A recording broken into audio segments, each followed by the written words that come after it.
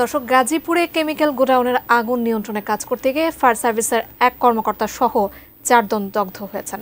তাদেরকে রাজধানী বার্ন ইনস্টিটিউটে ভর্তি করা হয়েছে। সেখানে রয়েছেন আমাদের সহকর্মী সোহাগ বিশ্বাস। আমরা বিস্তারিত জানতে যুক্ত হচ্ছে তার সঙ্গে। সোহাগ, যারা আহত হয়েছেন এবং ভর্তি হয়েছেন তাদের কি অবস্থা বলছেন চিকিৎসকরা? গাজীপুরের একটি কেমিক্যাল গোডাউনে অগ্নিকাণ্ডের ঘটনার পরে ফায়ার সার্ভিসের 3 কর্মী সহ মোট 4 জন দগ্ধ হয়েছে। তাদেরকে রাজধানীর যে জাতীয় বার্ন ও প্লাস্টিক সার্জারি ইউনিট রয়েছে সেখানে নিয়ে আসা হয়েছে।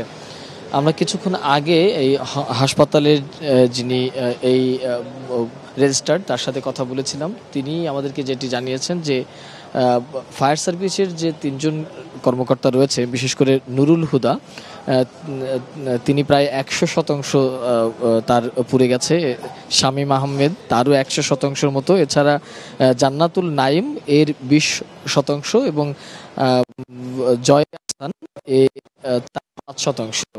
এছাড়া ফায়ার সার্ভিসের এই 4 কর্মকর্তার বাইরে একজন দোকান কর্মচারী আছে, তিনি প্রায় 95% তার দগ্ধ হয়েছে।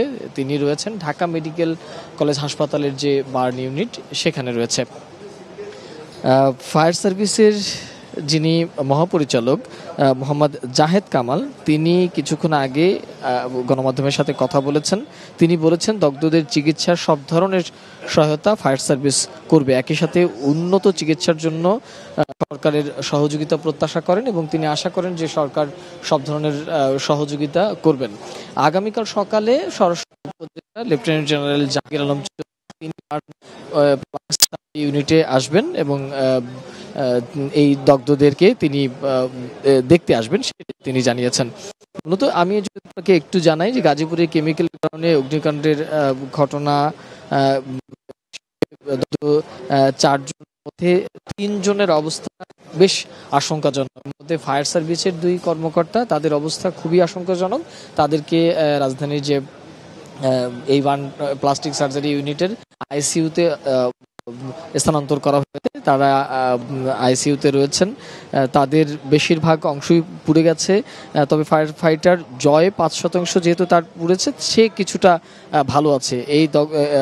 এছাড়া আসলে সন্ধ্যার পরে ফায়ার সার্ভিসের